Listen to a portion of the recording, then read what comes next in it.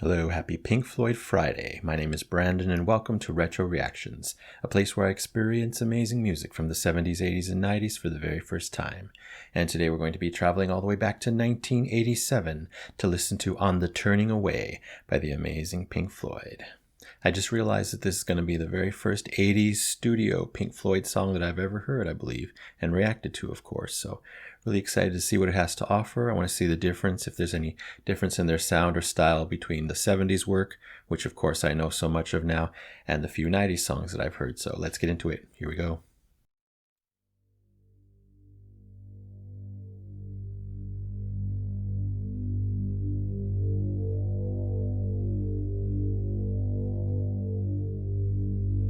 On the turning away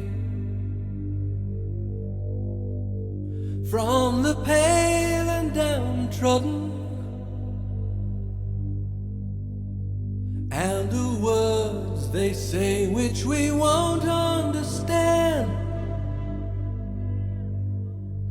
Don't accept that what's happening is just a case of all the suffering, or you'll find that you're joining in the turning away. It's a sin that somehow light is changing to shadow and casting its shroud over all we have known. Oh, the world, how the ranks have grown, driven on by a heart of stone. We could find that we're all alone in the dream of the ground. On the wings of the night, as the daytime is swirling, where the speechless unite in a silent accord, using words you will find a strange, mesmerized as they light the flame. Feel the new wind of change on the wings of the night.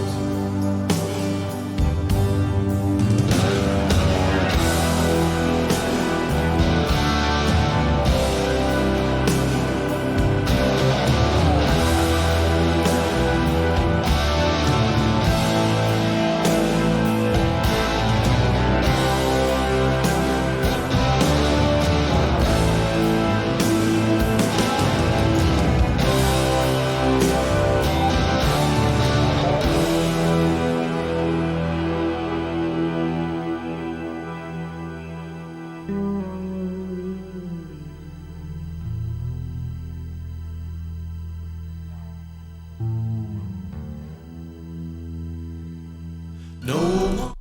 I think I'll pause there. Wow. Definitely different. I got a great feeling right there at the end. Everything dropped out and I was just kind of stationary. The music just had you there still, contemplating what was going to happen next. So definitely going to rewind a bit on that part so I can experience it again. I love that it started with a single note, on the synth, just a single deep note, extended, setting a deep tone to the song. And then David kicked in with his voice. It almost didn't sound like David for a minute there. He had a softer, gentler, kind of introspective, and maybe a more vulnerable voice here. So it took me a minute to hear David in that. So that really surprised me there. Maybe it was just processed differently, but I really think he was singing differently on this one versus all, the rock songs we know, Echoes and Time and all those other ones, the more rocky vocals that he uses. Anyway, really interesting there. The whole song had a just different sound, It doesn't sound signature 80s. It just sounds a little different than the Pink Floyd I'm used to. It actually sounds pretty timeless to me.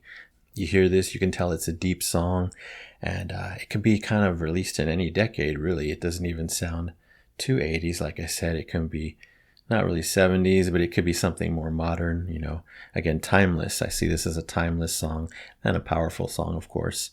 I'm loving all the drum work here. I know it's not Nick Mason, but some great reverb snare, very powerful, and everything that Jim is doing is excellent on the drum work there. The guitar kicks in, it's David's solo, and the organ kicks in on the right, Richard, of course. And then, I start to hear the more classic Pink Floyd signature sound, and it just elevates the song and heightens it, as their solos always do. I can tell this is a song with deep meaning and subject matter, so really interested about the lyrics, and I'm going to check those out in a little bit, but let's get back into the song.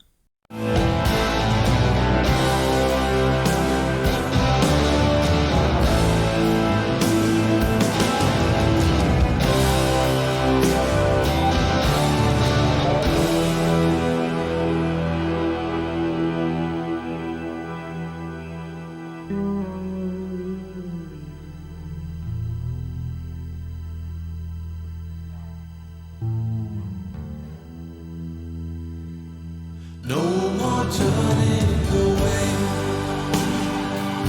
from the weak and the weary. No more turning away from the coldness inside. Just a world that we all must share. It's not enough just to stand and stare. Is it only a dream that there'll be no more turning away?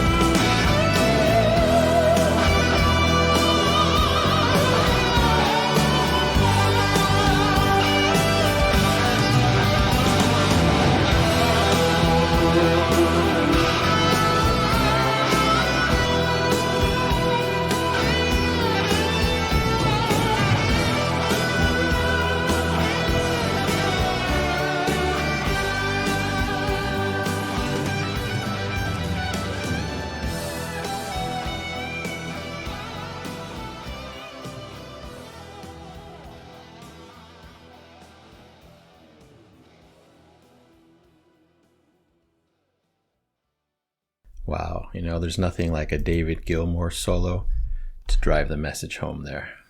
As always, an excellent David Gilmour extended solo here. I just love that he takes his time with these songs and these solos. Seems like a lot of guitarists will do like a 30-second solo or a minute solo max, but his seemed to go on for minutes. I mean, maybe here was a minute and a half to 2 minutes, I'm not sure, but I just love that, it allows you to really get into the pocket with him, feel the emotion, and keep feeling it. It doesn't just transfer to the next part of the song.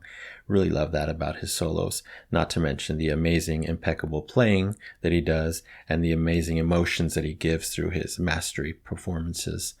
Wow. It's a fairly short song at just over 5 minutes, but I felt so many emotions in this music, I felt great sadness, yet hope within the music. I felt desperation, yet persistence and perseverance within the music. So, just so much great emotions going on here. And of course, amazing music as well as far as the sound of the instruments, but interesting. One thing I'm a little confused. I read that there was 6 backing vocalists in this song. That's a lot of individuals, and I didn't really hear them too much. I don't know if that's incorrect or I just missed them, but they seem to be very back in the mix, if that's true. I think I heard some like humming at the end. I don't know. Is it really 6 people? There was several women in the list here, of the personnel list, and I don't know.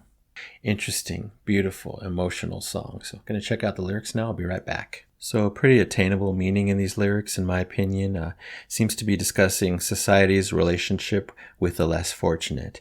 And, that could mean strangers, friends and family, acquaintances, a whole number of different types of people. And, when I say less fortunate, that could be, people with issues with money, issues getting resources, issues with mental stability, issues with emotional fragility. So, it kind of encompasses a lot of topics here, but it's kind of driving the point about, don't ignore the less fortunate. The narrator is pleading for us not to ignore them and those in need. Even the word need can encompass many different things, like I mentioned before. Really deep, really powerful, and of course really relevant song. Always has been, always will be, that's for sure. Basically, we live together on earth, we should work together and aid each other when possible. It definitely reminded me of another amazing song that I love, not necessarily with the melody, but with the emotions and definitely the lyrical content, the subject matter. And that would be Another Day in Paradise by the amazing Phil Collins. That's probably one of my very favorite Phil solo songs out there. So again, this kind of just reminded me of that. And both very, very powerful, relevant songs, important to all of us, all of humanity. So, wow, great song. So beautiful song, powerful music, and powerful message, that's for sure. I'm going to rate this one 5 golden records. Yes, that's an A/A+ for On the Turning Away by Pink Floyd, 1987. All right, that's it for today. Thank you so much for watching, especially if you made it here till the end. Really appreciate your support and all your watch time. Anyway, don't forget to subscribe, like, and comment down below if you wish to chat with me about Pink Floyd, this album, this song, or just anything retro music. But we love chatting about Pink Floyd. They're masters, and it never gets old to talk about them. And I'm loving this journey and discovering more and more of them every week. So anyway, you take care, stay safe, stay hydrated, and remember to let peace, calm, and light into your day and night. And I'll see you next time in the past.